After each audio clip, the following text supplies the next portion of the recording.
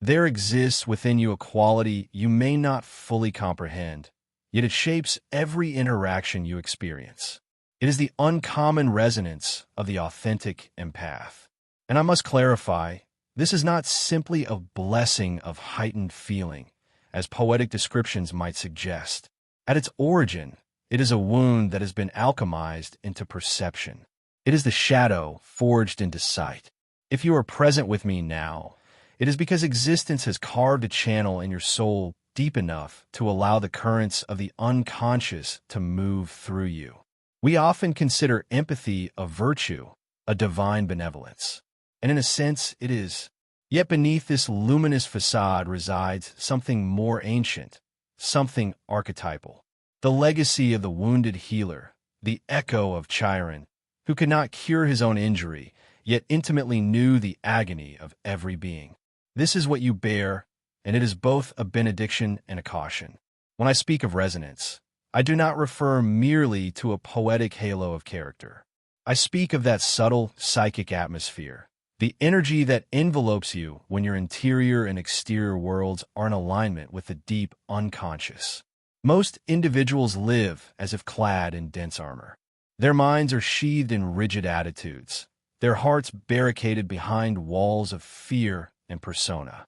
But the true empath has often, unwillingly, had this armor removed. Typically, it is not by choice, but by necessity for survival. You, the empath, were compelled from an early age to decipher the unspoken, to sense the tension in a space, to anticipate the desires of others before they coalesced into conscious thought. Perhaps it was a youth where affection was conditional and silence perilous. Or perhaps the presence of a volatile figure whose temperament dictated your security. One way or another, you learned your own feelings were secondary, that the sole path to survival was to perceive, deeply and accurately, what others carried within. This is the genesis of your resonance. It is not merely light. It is an ancient alarm system transmuted into intuition. But I warn you, for this resonance, as uncommon as it is, attracts both illumination and shadow toward you. You radiate in a manner that those who are fragmented can detect. You stir in them both a yearning and a dread. They may come to you for healing, for solace, for the sustenance they cannot locate within themselves. And if you're not vigilant, they will drink from your soul until you feel depleted. You see, when you carry the archetype of the healer, you attract those unprepared to heal themselves.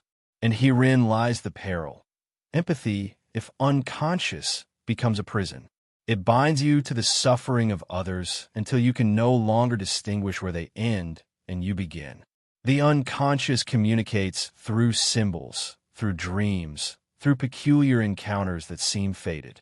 Perhaps you have dreamed of a forest, dark and filled with whispering voices, and you felt the trees leaning in as if listening to your thoughts. This is not fantasy. It is your own psyche reminding you that you are perpetually connected to the living web of feeling extending beyond the individual. Empaths walk through life like open instruments, and the music of the world, its grief, its fury, its beauty, plays through them, whether they consent or not. But to live this way without awareness is to become haunted by energies not your own. So I ask you to consider this. What is the toll of carrying everyone's pain? There is an alchemical tale about the vessel that must contain the transformation. The vessel must be robust enough to endure fire, to hold both poison and gold. If the vessel fractures, all is lost. You are this vessel. If you do not learn to temper the heat of the world's suffering, to discern what is yours and what is not, you will shatter. You will grow resentful, exhausted, drained of the very vital force that makes your resonance so uncommon. And then you will name it fate, as though the world simply consumes beings like you. But it is not fate. It is an absence of shadow work. Shadow work is the path I would guide you along. For within your shadow, the part of you have entombed, ignored, or disowned, lies the key to your boundaries. Most empaths believe that refusal is cruel, that distancing themselves from pain is selfish. But this is a delusion crafted by an overgrown persona.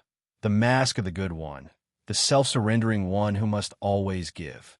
The shadow, however, contains your anger, your self-preservation, your unvoiced longing to be free of carrying what does not belong to you.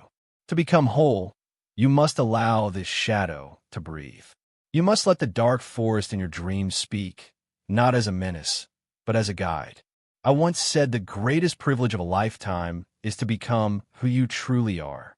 For the empath, this journey is even more intricate because your sense of self has been molded by the emotions and needs of everyone around you. It is as though you stand before a mirror that has absorbed not just your reflection, but the reflections of all you have ever loved, feared, or attempted to save. So when I ask, who are you? You may find it arduous to answer. You are not the sum of other people's wounds. You are not the echo of another's anguish. And yet, you have constructed a life around being the balm for others. This is noble, but it is not the culmination of your story. There is a moment in the life of every authentic empath when the unconscious demands a confrontation. It may arrive as a crisis, a sudden burnout, a relationship ending in betrayal, or a dream so vivid it shakes the foundations of your identity. This is the psyche declaring, enough. It is time to reclaim your own energy. In this confrontation, you may feel as if you are abandoning those who depend on you. But understand, you cannot genuinely aid anyone if you remain unconscious of your own boundaries. A healer who bleeds out while tending to others saves no one. You see, empathy is not meant to be awound forever. It is meant to evolve into wisdom. Initially, empathy is raw. It is like an exposed nerve, sensitive to every vibration. But over time, if you undertake the inner work, it becomes discerning. It knows when to step forward and when to withdraw. It knows that love is not about merging with the pain of others, but about holding a space where transformation can occur. This is the distinction between a conscious empath and one who is merely drowning in feelings. The conscious empath knows their resonance is a mirror, not a sponge. It reflects truth, but does not have to absorb every shadow. When I observe the archetypes guiding humanity, I see the empath is intimately related to the archetype of the mystic.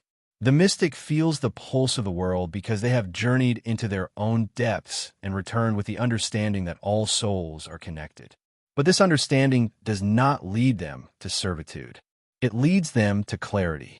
They see that compassion is not about carrying the burden of others, but about awakening them to carry their own.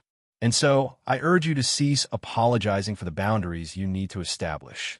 The very resonance that renders you so magnetic will only intensify when you learn to protect it. There's another peril I must caution you against, and it is subtle. Many empaths mistake their gift for a form of superiority, as though feeling deeply makes them more spiritual or evolved.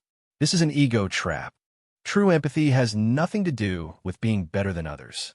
It is, if anything, a sign of having touched the rawness of existence so profoundly that you can no longer hide behind illusions. But this does not grant you a throne. It gives you a responsibility to live with authenticity. You must recall that every resonance, no matter how uncommon, can become clouded by pride or bitterness if the shadow remains unexamined. I invite you to close your eyes momentarily and envision the uncommon resonance you carry. See it not as a static glow, but as a living field breathing with you, expanding and contracting like the tides. Notice what images emerge.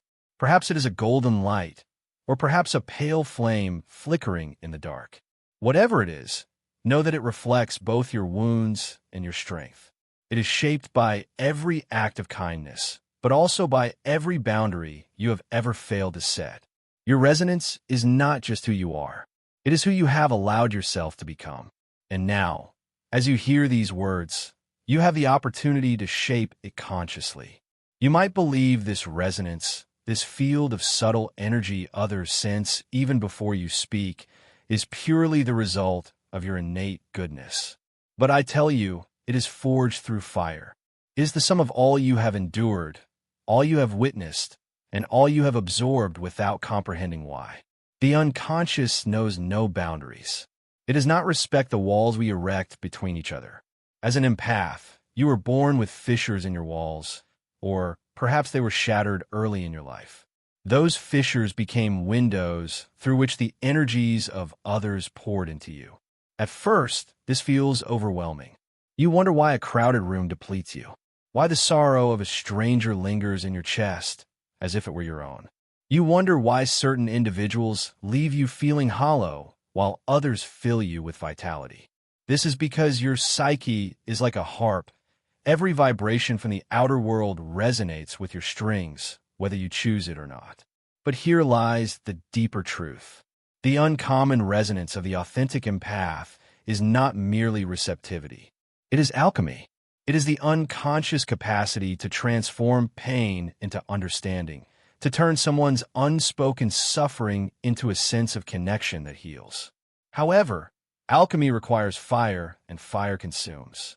The danger is that if you do not learn how to stoke this fire with awareness, it will burn you out long before it illuminates anyone else's path. I have witnessed this countless times. The sensitive souls who expend themselves until nothing remains, who give so much of their own energy that they collapse into resentment and fatigue. They forget that to be a vessel of light, one must also know how to guard the flame. Empathy must be balanced with individuation. Individuation, as I've always taught, is the process of becoming whole, of uniting the conscious and unconscious, the persona and the shadow, the personal and the archetypal. For the empath, individuation is crucial because without it, you will forever be swept away by the tides of other people's emotions. So you must learn to descend into your own depths, to ask yourself, what do I truly feel? It sounds simple, but for many empaths, it is the most difficult question of all. You have lived for so long as a mirror that you have forgotten how to see your own face. The resonance you carry becomes clouded when you cannot distinguish your light from the reflections of others. There is a dream I once interpreted for a woman who was profoundly empathic. In her dream, she carried a bowl of water through a marketplace. Every person she passed dipped their hands in her bowl, taking water for themselves. Soon the bowl was empty. She awoke with a sense of profound sadness. Do you perceive the meaning? This is the life of an unconscious empath. You offer your water freely, but no one refills the bowl. If you are not careful, you will believe this is your purpose, to give until nothing remains. But in the dream's next scene, which she did not notice until we spoke, a fountain appeared. It was hidden in a corner of the marketplace, flowing endlessly. The fountain represented her own inner source, the self, the wellspring of archetypal energy existing in all of us. The task of the empath is to locate this fountain, to learn how to draw from it rather than from their own limited reserves. Only then can the giving become sustainable and the resonance remain vibrant rather than depleted. The archetype of the mother often manifests potently in empaths. Even in those who are not mothers by biology or gender, it is the instinct to nurture, to soothe, to hold the suffering of others, as if it were a fragile child. But when the mother archetype becomes inflated, it can turn destructive. It leads to martyrdom, to the belief that one must sacrifice everything for others. This is not true empathy. It is unconscious compulsion. True empathy understands the balance of giving and receiving. It knows that boundaries are not walls of cruelty, but gates of clarity. Without these gates, your resonance becomes porous, and soon you are carrying burdens never meant for you. The shadow then grows restless, whispering to you through exhaustion, irritability, or even illness. The body begins to carry what the psyche refuses to release. I caution you, too, of the archetype of the victim. Many empaths, feeling the weight of the world, unconsciously identify with suffering itself. They begin to see their sensitivity as a curse, as if doomed to be drained by everyone they meet. This is not the truth. It is a narrative created by the shadow to keep you from your power. The real power of the empath is not in absorbing pain, but in transforming it. But But to do this, you must first cease defining yourself by the wounds you carry. You must see that empathy is not about drowning in the collective unconscious, but about learning to navigate its depths. Think of it like diving into the ocean. If you do not know how to swim, you'll be swept under. But if you learn, the same waters that once threatened to consume you become your ally. The collective unconscious is filled with symbols that can guide you if you are willing to pay attention. Have you noticed the animals appearing in your dreams? The serpent, the deer, the owl. These are not random. They are messengers of your own psyche, revealing truths about how your empathy is being used or misused. The serpent, for example, may represent transformation, the shedding of old skin, the renewal of your boundaries. The deer might symbolize gentleness, but also vulnerability, reminding you to protect your heart without hardening it. The owl, with its wide, watchful eyes, speaks of wisdom and the ability to see in the dark, the gift of perceiving hidden emotions in others. Each symbol tells a story about your resonance and what it needs to remain clear and strong. I want you to remember that your resonance is not static. It changes as you change. When you are balanced, grounded in your own self, your resonance radiates clarity and draws in those ready to heal. But when you're fragmented, when you have abandoned your own needs, your resonance becomes a beacon for chaos. It attracts those who unconsciously seek to project their wounds onto another. These are the emotional vampires, though I hesitate to use such a dramatic term. They are not evil. They're simply lost in their own shadow. But you cannot allow yourself to be their endless source of energy. You must recognize when someone comes not to grow, but to feed on the light you carry. This recognition is not unkindness. It is discernment. And discernment is love in its highest form. There's a profound solitude that accompanies being a true empath. You see and feel things others do not. You sense the undercurrents in conversations, the hidden grief behind a smile, the unspoken tension between words. This can make you feel alien, as if living in a dimension slightly different from everyone else. But this solitude is not a punishment. It is a calling. The archetype of the seer, the oracle, lives within you. To carry such perception is to stand at the threshold between the conscious world and the mysteries of the unconscious. And I tell you, the world needs such souls now more than ever. But not souls who are burned out or broken. It needs empaths who have learned to stand firm in their own center, who have turned their gift into a conscious tool rather than a source of suffering. I will give you an image to hold. Imagine a candle in a dark room. The candle does not rush toward the darkness to fix it. It does not exhaust itself trying to illuminate every corner. It simply burns, steady and bright. And by doing so, it naturally gives light. This is the way of the conscious empath. You do not need to absorb every shadow to bring healing. You only need to stay connected to your own flame. When you burn from within, others will find their way to your light. And the right ones will light their own candles beside you. But you must remember, not everyone who approaches you comes to light a candle. Some come with the wind of their chaos, and you must protect your flame from being extinguished. The uncommon resonance of an authentic empath is not born from perfection, but from the willingness to remain open in a world that has tried again and again to close you. It is the softness that survived the storm. Yet this softness is not weakness. It is, paradoxically, the truest form of strength. For to feel so deeply and still remain standing requires more courage than most can comprehend. And yet I must remind you, the gift of feeling is not the end of the journey. It is the doorway. To stand in that doorway, without moving forward, is to remain forever overwhelmed by the tide of sensations and emotions, both yours and those of others. You must walk through it into the deeper chambers of your psyche, where empathy becomes not just a reflex, but a conscious act rooted in wisdom. When you walk this path, you will begin to notice how your resonance shifts with your inner landscape.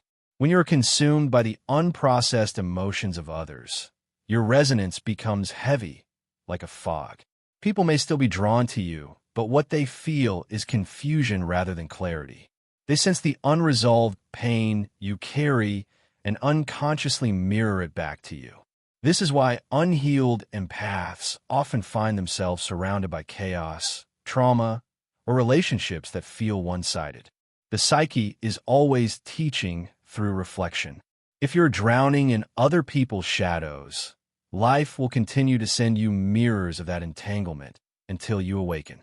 The awakening of the empath is not a single moment, but a gradual recognition. I am not here to be consumed. I am here to be a bridge between the conscious and the unconscious, between what is felt and what is spoken, between the wound and the possibility of healing. But a bridge must be rooted on both sides to remain standing. If you only anchor yourself in others' pain and forget your own foundation, you will collapse. This is why solitude is so necessary. It is in solitude that you learn the language of your own soul. It is there you discover which feelings are truly yours and which are echoes of the collective unconscious.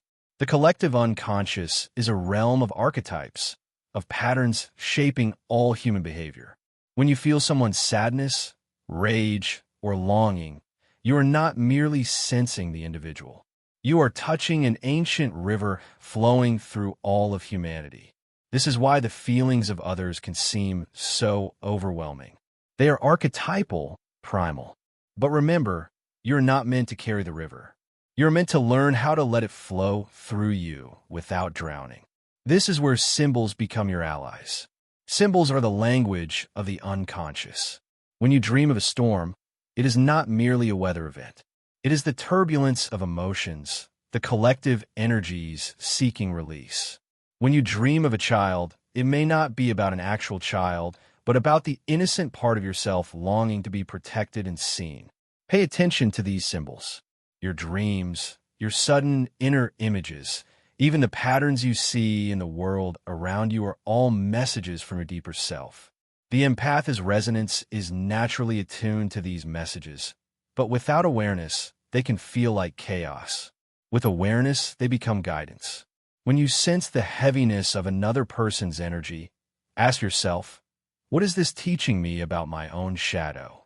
For often what you feel in others is a mirror of what you have not yet faced within yourself. This is not to blame you for their emotions, but to show you that life is always inviting you to become more conscious. I have spoken often about the shadow, that hidden part of the psyche where we store everything we have rejected or feared in ourselves. For the empath, the shadow often contains the very boundaries and strength they have suppressed. You have been conditioned to believe anger is wrong, that self-protection is selfish, that to care for yourself is to abandon others. This is a distortion. Your shadow may hold the healthy rage that declares, no more. It may hold the fierce instinct that refuses to be drained. Until you integrate this shadow, your empathy will remain incomplete, for it lacks the armor of selfhood that keeps compassion alive without turning into self-sacrifice. Imagine for a moment that your resonance is like a garden without boundaries. Anyone can enter and trample the flowers, leaving you barren and tired. But if you build a fence, not a wall, but a clear, living boundary, your garden thrives. You can invite others in when you choose, but you also know when to close the gate. This is not cruelty. This is love for the life you are cultivating within you. And when your garden blooms, the world benefits. The fragrance of your flowers reaches those ready to appreciate it, without you having to give away all your soil and water to those who come with empty hands and endless demands. There is a subtle shift that happens when an empath begins to live this way. The resonance changes from being a sponge to being a mirror. Instead of absorbing everything, it reflects truth back to those who come near. Some will find this uncomfortable because the mirror shows them what they are not ready to see.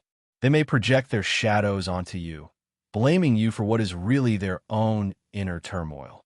Do not take this personally. This is the nature of projection.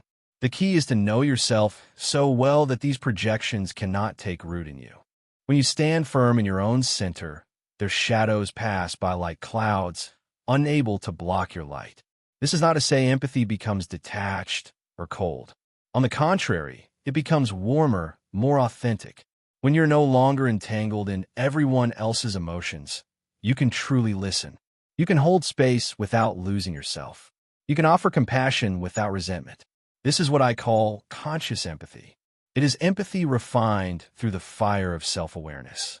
It no longer seeks validation through giving, nor does it confuse self-sacrifice with love. It simply flows like a river that knows its course. I want to speak, too, of the archetype of the wounded healer. This is an ancient pattern seen in myths across cultures. The one able to heal others precisely because they have known suffering. Chiron the centaur was wounded by an arrow that would never heal, yet he became a great teacher and healer because of his wound. The empath carries this archetype, often unknowingly. Your sensitivity is born of the wounds you have endured.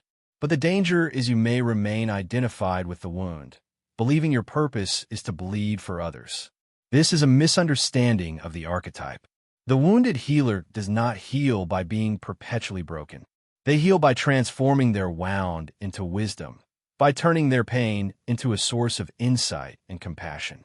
Ask yourself, have you been carrying your wound like a badge, as though it defines you? Or have you begun to see it as the gateway to something deeper? The uncommon resonance you carry shines most brightly when it is no longer dimmed by the unresolved pain of the past. This does not mean erasing your past. It means integrating it, seeing its meaning, allowing it to shape you without imprisoning you. When you do this, your resonance becomes not just uncommon, but resilient. It no longer flickers in the presence of chaos. It becomes steady, like a flame that cannot be extinguished. There is a profound power in this steadiness. People will feel it. They will be drawn to you not because you're endlessly available to their needs, but because your presence awakens something in them.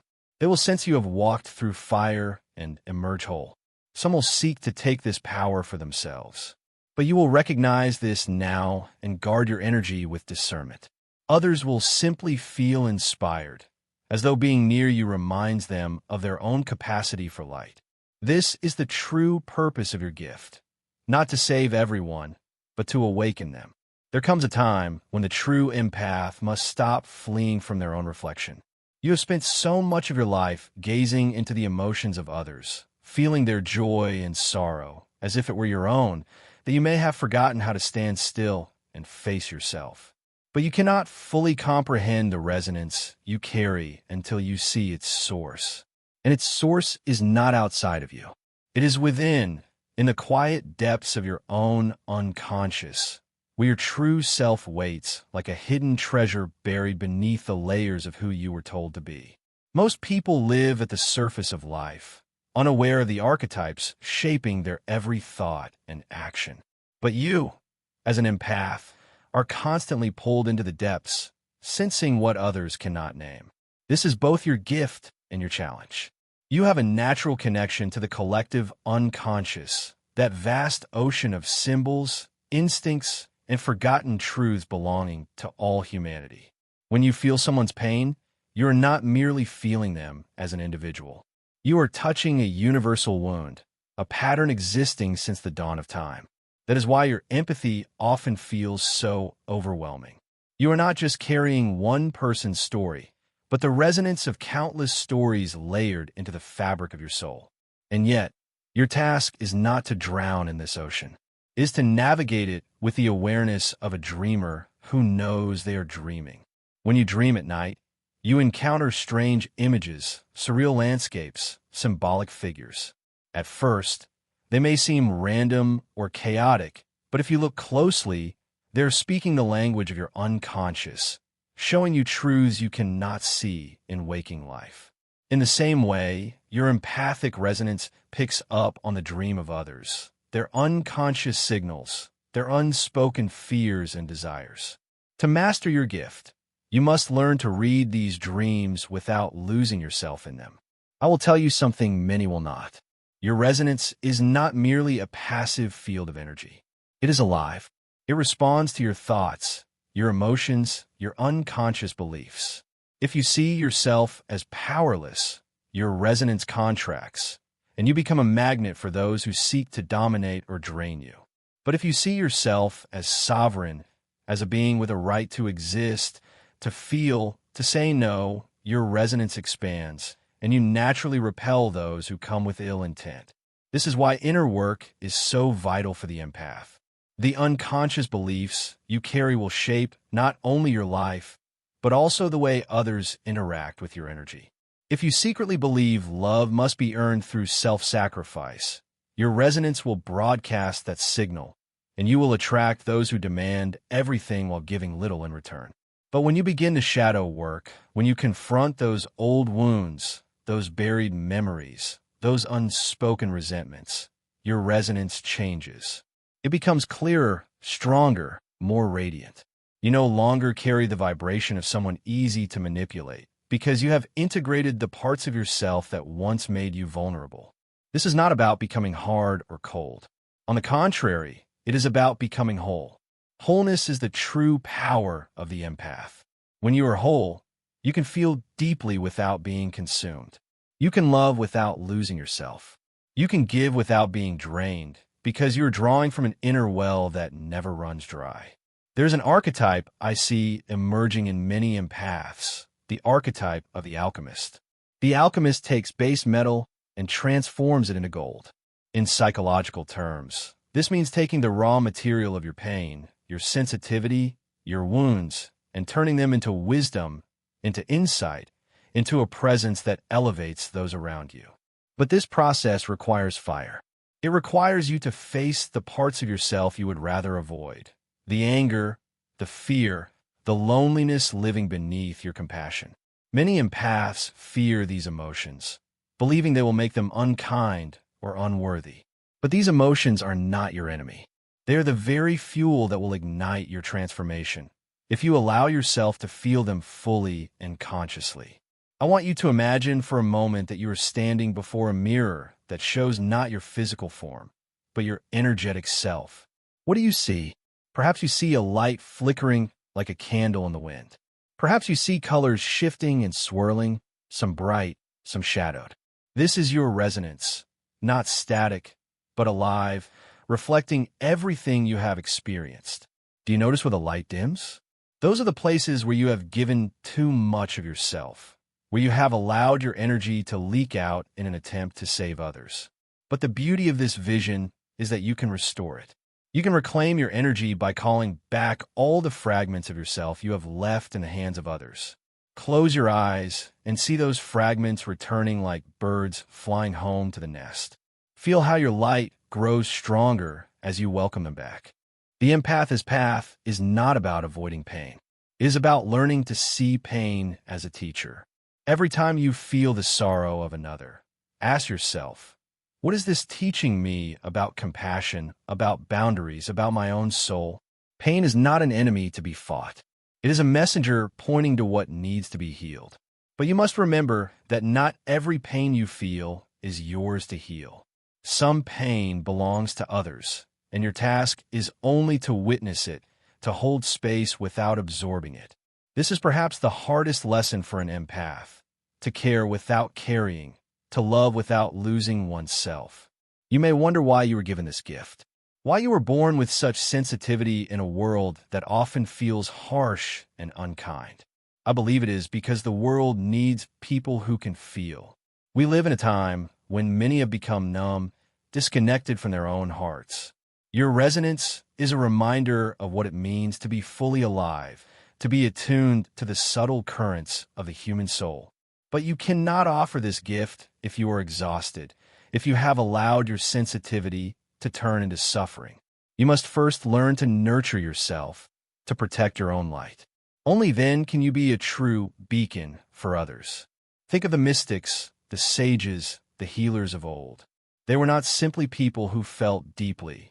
They were people who had learned to harness their feelings, to transmute their pain into wisdom. They spent time in solitude, in silence, in communion with the deeper truths of life. They understood that empathy without inner strength is like water without a container. It spills everywhere and is wasted. Your resonance is your container. It is the vessel that holds your gift. You must tend to it cleanse it, strengthen it. This is not a selfish act. It is a sacred responsibility. I want to give you a vision of what is possible. Imagine yourself standing in the center of a room, surrounded by people with all their emotions, their desires, their unspoken fears. You feel it all, but you are not overwhelmed. Instead, you stand rooted like a tree, with deep roots sinking into the earth. The winds of other people's energies blow around you, but they do not knock you down. You can sense their pain without taking it on, because you know where you end and they begin. You are a witness, a guide, a presence of clarity. This is the power of a conscious empath. This is what your uncommon resonance is meant to become. Not a sponge, but a sanctuary. There is a silence all true empaths must learn to cultivate, a silence within the mind, the heart, and the soul. This silence is not emptiness, but presence. It is the pause between the in-breath and out-breath, where you remember you exist beyond the emotions rushing through you. Too often you are swept into the current of someone else's story, someone else's pain, as if you were a leaf floating on the river. But you're not a leaf. You are the riverbed itself, the still foundation beneath the water. And when you remember this, your resonance begins to shine in a way that no longer wavers or fades. I have observed time and again how the empath's gift can become both a mirror and a wound. You are so attuned to the needs of others that you may begin to feel invisible yourself, as though your existence is validated only by how much you can heal or soothe. This illusion is dangerous because it places your value outside of you. Your uncommon resonance does not come from your usefulness to others. It comes from the sheer fact of your being. It radiates not because you are endlessly giving, but because you are rooted in authenticity. You must understand that the greatest act of empathy is not to lose yourself for someone else, but to stand so fully in your truth that your very presence awakens others to their own. The psyche speaks through dreams and symbols, and it will often send empaths a warning when they're giving too much. Perhaps you have dreamed of being chased, or of drowning, or of carrying a heavy load you cannot put down. These dreams are not random. They are messages from your unconscious, telling you that you are bearing more than your soul can sustain. Listen to them. They are your own inner voice calling you back home. If you ignore them, life will send louder signals, fatigue, illness, emotional collapse, until you have no choice but to stop and reclaim your energy. There is a paradox in empathy few understand. To truly feel others, you must first feel yourself. If you are disconnected from your own emotions, your empathy becomes distorted. You begin to project your unhealed wounds onto others, seeing their pain as your own and confusing their needs with yours. This is why shadow work is not optional. It is essential. You must sit with your own shadow, your fears, your suppressed anger, your longing to be seen, and bring them into the light of consciousness. Only then can you discern where you end and the other begins. The uncommon resonance of the empath is magnetic because it carries the vibration of both light and shadow. People feel safe with you, not because you are endlessly cheerful or perfect, but because you have touched the depths of suffering and survived. You have walked through the underworld of your own psyche, and your presence tells others, you can survive this, too. But this power comes at a cost. Every journey into the unconscious demands something from you. It strips away illusions, forces you to face uncomfortable truths, requires you to let go of old identities. The empath who resists this process becomes stuck, trapped in cycles of exhaustion, repeating the same patterns with the same draining people, always wondering why life feels so heavy. I want you to remember that your resonance is a living symbol. It reflects not just your mood, but your entire relationship with the unconscious. When you ignore your inner world, it grows dull, like a mirror covered in dust. When you honor your inner world, when you listen to your dreams, pay attention to your instincts, respect your boundaries, your resonance brightens. It becomes like a clear lake reflecting the sky. Others feel this clarity and are drawn to it, not to take from you, but to find their own reflection in your stillness. The world will always test you. There will always be those who sense your openness and mistake it for weakness.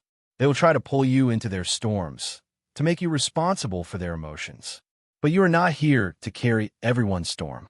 You are here to remember that you are the sky, vast, unshaken, eternal. The clouds of others may pass through, but they do not define you. This understanding does not make you cold or distant. It makes you wise. It allows you to love without losing yourself, to care without collapsing under the weight of someone else's pain. Let me give you an image to hold.